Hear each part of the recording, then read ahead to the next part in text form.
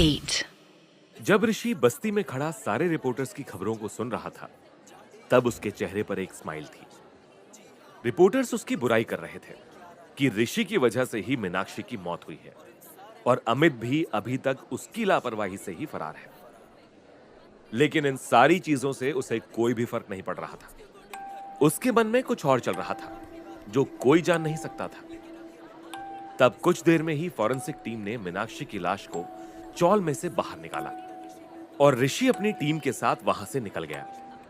जिस रास्ते से वो निकलता, वहां लोग अपनी नजर फेर लेते और उसके पीठ पीछे बातें करते रहते।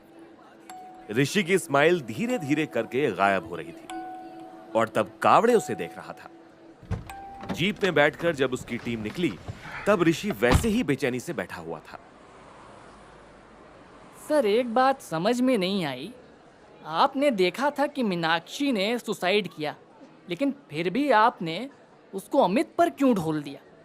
क्या ये गलत नहीं है? तुम चुप रहो कावड़े। क्या गलत है और क्या सही, ये मुझे सिखाने की जरूरत नहीं है। सड़क पर ध्यान दो।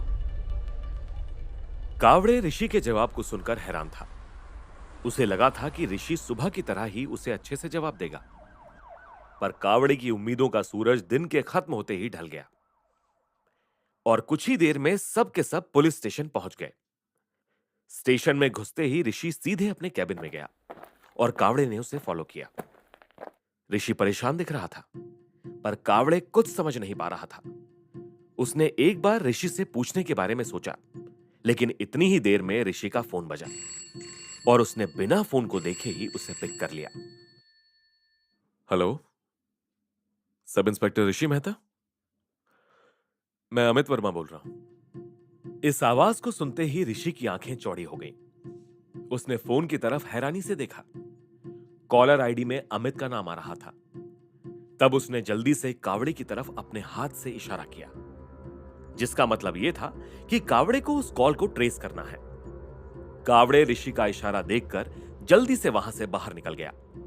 तब ऋषि ने कॉल रिकॉर्डिंग शुरू करते हुए फोन को स्पीकर पर स्विच कर दिया। तू सच में अमित बोल रहा है या मेरे मजे लेने के लिए कॉल किया है और अमित बनकर बात कर रहा है?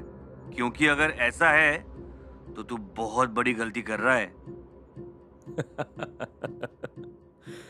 तुम बहुत जल्दी कंक्लूजन तक पहुंच जाते हो ऋषि। थोड़ा चीजों को समझने की कोशिश करोगे तो अच्छा रहेगा। मैं अमित ही हूं। अच्छा, तो अब एक भगोड़ा सीरियल किलर मुझे बताएगा कि मुझे कैसे चीजों को समझना चाहिए। 2 दिन से तेरे चेले फोन लगाकर ज्ञान दे रहे थे, अब तूने खुद लगा दिया। सब बकवास करते हैं। मैं बकवास नहीं करता। बकवास तो तुमने आज सबके सामने की है। जिस औरत को मैंने टच तक नहीं किया, पहले मुझे उसका मर्डरर बना दिया और फिर डायरेक्ट सीरियल किलर। अच्छी कहानी बनाई है, लेकिन यही आज के दिन की सबसे बड़ी बकवास है। पर शायद हम दोनों को पता है कि सच क्या है और मीनाक्षी को किसने मारा है। अच्छा, तो तू कह रहा है कि मैंने उसे मारा? पुलिस को अपनी गलती के लिए ब्लेम कर रहा है? मैं इतना बेवकूफ नहीं हूं जो ऐसी गलती करूंगा, पर जिस तरह से तुम बोल रहे हो उससे तो इतना साफ हो गया है कि मीनाक्षी को मैंने नहीं मारा है। हाँ, नहीं मारा था तूने। उसने खुद सुसाइड की थी। अब बता, कैसे प्रूव करेगा इस बात को? सबूत क्या है तेरे पास? भले तू ये कॉल रिकॉर्ड कर रहा हो और मीनाक्षी के खून के लिए बच भी जाए, लेकिन उन 11 लोगों का क्या जो तेरे घर में मिले? उसका सबूत कहाँ है कि उन्हें तूने नहीं मारा? बस वही तो दिक्कत है कि मेरे पास कोई सबूत नहीं है कि मैंने उन्हें खुद मारा या नहीं। लेकिन मेरे पास एक ऐसी चीज है जिससे यह साबित हो सकता है कि उन लोगों को पता था कि वो मरने वाले हैं। चीज? कैसी चीज? तुमने अपने आप को भले ही इतना इंटेलिजेंट मान लिया कि तुम उन लोगों के नाम रिलीज नहीं करोगे ताकि कोई भी उन्हें ढूंढ ना पाए, पर तुम भूल गए कि मैं एक डिटेक्टिव हूं और मेरा काम ही सारी चीजें सॉल्व करना है जो पुलिस नहीं कर पाती। मैंने उन लोगों में से एक को ढूंढ लिया है और इसीलिए मैं आज फूलदास नगर गया था। सत्येंद्र को कैसे जानता था तू? सच सच बता, क्या कनेक्शन है तेरा उससे? क्या तूने उसके साथ मिलकर उन सबको मारा है? यह अच्छी बात है कि तुम्हें पता है कि मरने वाले में से एक का नाम सत्येंद्र था। मुझे तुम्हें पूरी बात नहीं बतानी पड़ेगी, पर अब जब तुम्हें पता है तो यह बात भी सुन लो कि मैंने ये कॉल तुम्हारे सामने एक डील रखने के लिए किया है। डील? कैसी डील? वही जैसे हर बार फिल्मों में बताते हैं, ऐसी डील जिससे तुम्हारा भी फायदा होगा और मेरा भी। और वो कैसे? चलो पहले तुम्हारे फायदे की बात करते हैं। न्यूज में तुम्हें ही मेरे भागने और मीनाक्षी के मरने का जिम्मेदार बताया जा रहा है। हर तरफ पुलिस डिपार्टमेंट की धज्जियां उड़ रही हैं और सब तुम्हारी वजह से। इसका मतलब यही है कि आज या कल जब तुम मुझे नहीं पकड़ पाओगे, तब तुम्हें या तो सस्पेंड कर देंगे या फिर तुम्हारा ट्रांसफर स्टेट के किसी कोने में कर देंगे और वहां तुमसे गधों जैसे काम करवाएंगे, जो तुम्हें बिल्कुल भी पसंद नहीं आएगा। मेरी डील में यही है कि तुम मेरी बात को मानोगे और इन सारी चीजों से बच जाओगे। फिर हर तरफ तुम्हारा नाम होगा और हुआ तो प्रमोशन भी मिल जाएगा। ज्यादा बकवास मत कर, सीधे मुद्दे की बात कर। क्या चाहिए तुझे? मेरी आजादी और उसका जरिया है एक लेटर। लेटर? कौन सा लेटर? वो लेटर जो सत्येंद्र ने मेरे लिए लिखा था और जो मीनाक्षी ने मुझे मरने से पहले दिया था। उस लेटर में सारी चीजों के बारे में लिखा हुआ है कि किस तरह सत्येंद्र और उसके दोस्त मेरे घर पर मिलते थे, वो कौन थे, वो वहां क्या करते थे, महीने में कितनी बार मिलते थे, और ये भी कि उन सबको पता था कि उन्हें कोई मारने वाला है। ये बात सुनकर तुम्हें विश्वास नहीं होगा कि वो सब मरने के लिए भी तैयार थे, पर बस जिसने उन्हें मारा उसने अपनी जिंदगी का सबसे गलत दिन चुन लिया, क्योंकि मैं घर पर था और मैं उसे जेल की सलाखों के पीछे भेजकर ही रहूंगा। तुम चाहे मुझे कितना भी बदनाम कर दो। ऋषि अमित की बात सुनकर हैरान था। उसे अमित बहुत कॉन्फिडेंट लग रहा था, पर ऋषि को अच्छे से पता था कि वो उसे ये शो नहीं कर सकता। वो जवाब देने ही वाला था कि इतनी देर में कावड़े आ गया और ऋषि को उसका चेहरा देखकर समझ आ गया कि अमित का फोन ट्रेस हो गया है। कावड़े आगे चलने लगा और ऋषि उसे फॉलो करते हुए जीप में बैठ गया। और इन सब से तुझे क्या मिलेगा? वही जो मैंने कहा, मेरी आजादी, उसके साथ मेरी रेपुटेशन, जो तुमने मुझे सीरियल किलर बोलकर जनता के सामने उछाल के रख दी है। और तुझे लगता है कि मैं या फिर इस दुनिया का कोई भी इंसान तेरी बात बस एक लेटर से मान जाएगा?